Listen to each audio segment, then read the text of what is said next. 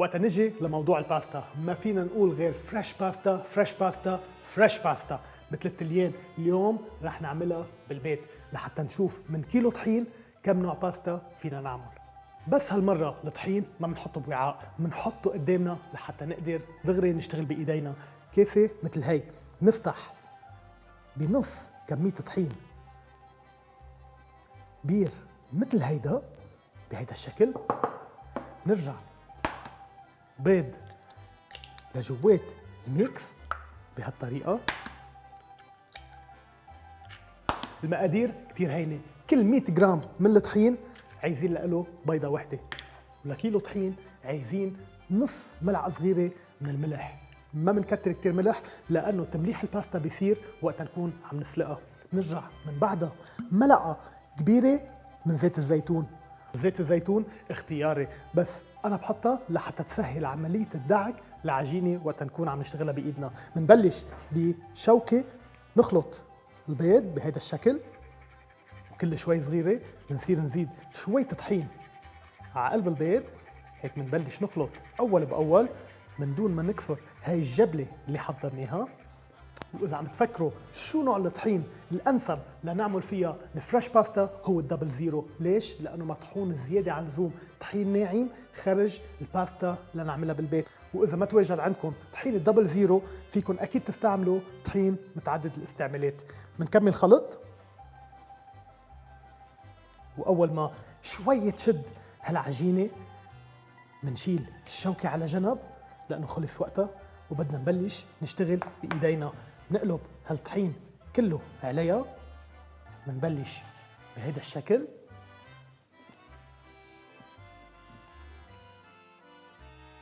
وأكيد لفترة 10 أو 15 دقيقة ما منزيد ولا مي ولا زيت ولا طحين على قلب هالخلطة. شوي رح نتعذب فيها للخلطة، بس بوعدكم إنه نتيجتها رح تكون رائعة. وغير هيك شو في أحلى من هالرياضة اليومية لحتى نبلش فيها النهار. باستا شدت، شوفوا ملا إلاستيسيتي. بنغطيها لمدة ربع ساعة لحتى ترتاح. وهلا لنبلش. صار لها ربع ساعة باستا. دايما يكون عندنا سبراير فيها مي كرمال نخليها مرطبة ولحتى ما تعمل جلدة من فوق على الوجه. بنبلش نقص شقفة صغيرة من هالباستا، بنغطي الباقي، بنبلش نرقها بهالطريقة. رشة صغيرة من الطحين بس كرمال لحتى ما تعلق على السيرفس. نرجع بالشوبك نعطيها شوية رقة قبل ما تفوت على رقاقة الباستا.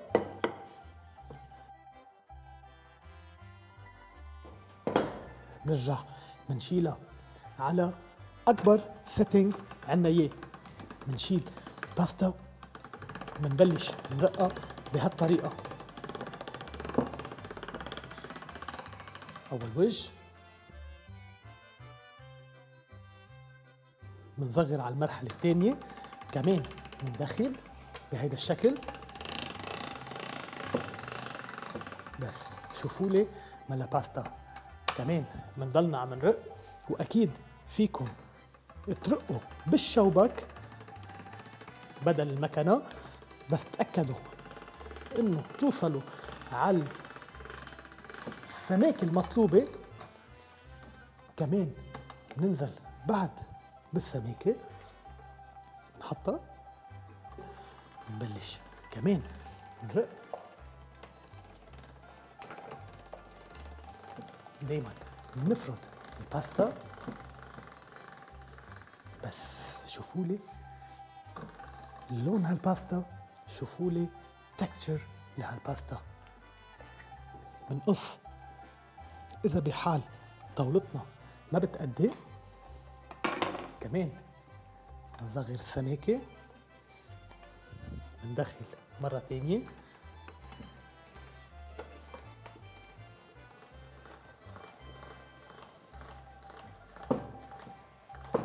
بنقص.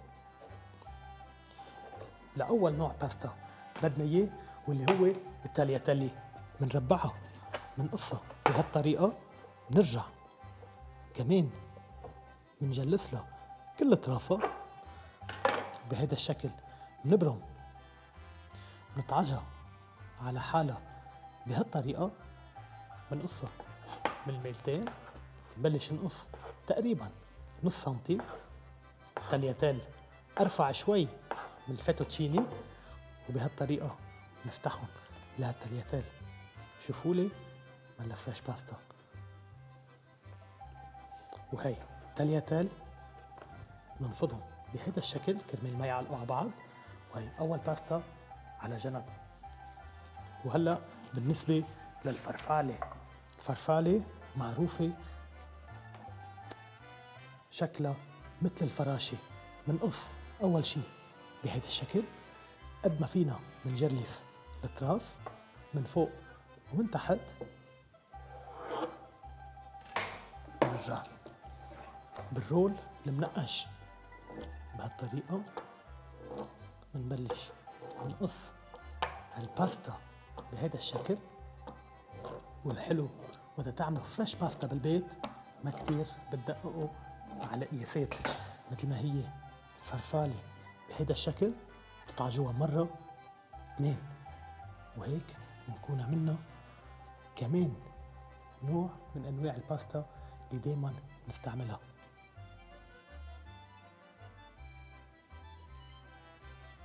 النوع الثالث من الباستا هو الكارجانيلي.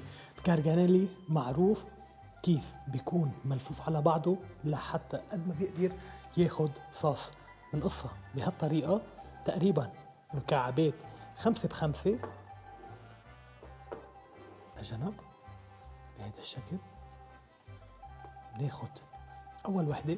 بدكم لهالنوع الباستا خشبة مبرومة تقدروا تلفوا عليها، أنا استعملت هيدي. انتو فيكم تشوفوا حيلا خشبة مبرومة عندكم بالمطبخ، من عصا النودلز لغير شيء فيكم تستعملوها. بلش بهيدا الشكل مثل شكل الألماظ لقدام، بنلفها بهالطريقة. وهيك بنكون طلعنا هالنوع الباستا بجنن.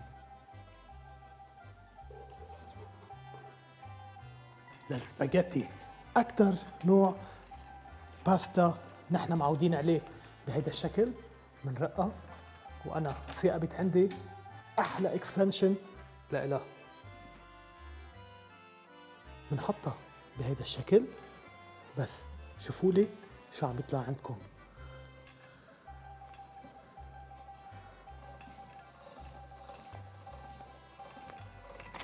واو، بس شوفوا هالسباجيتي اللي طلعت معنا. شوية طحين عليهم بس كرمال ما يلزقوا ببعضهم. وبهيدا الشكل بنفردهم. كمان سباجيتي على جنب. وهلا للنوع الخامس من الباستا، الاوريتشيتي، او مثل ما بيترجموها من الطلياني الباستا اللي على شكل الدينه. وبيحطوها بالطبخات يلي كمان بدنا نستعمل الباستا لحتى تاخد قد ما فيها صوص او صلصه من اللي عم نحضره بهيدا الشكل. مثل الحيه بنجرب نطولها قد ما فينا، واول ما تقريبا تصير كلها على نفس السماكه بنبلش نقص فيها بهيدا الشكل.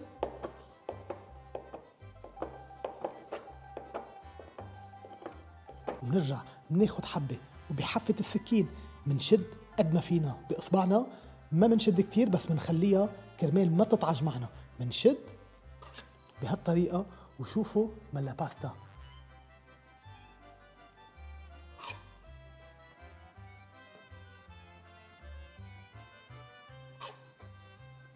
لسادس نوع، واللي هو نوع كتير بنستعمله او كتير بنشوفه بالمطاعم، اللي هو نوتشي.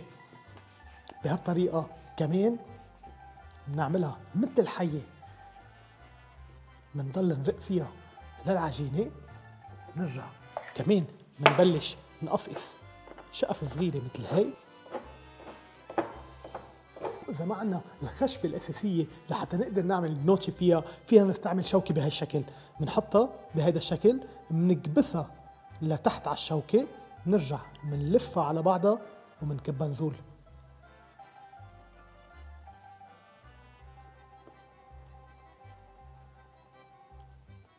وبهالشكل قدرنا نعمل 6 أنواع باستا بأقل من 3 ساعة. وهلأ صار أنتم فيكم تعملوا فريش باستا بالبيت.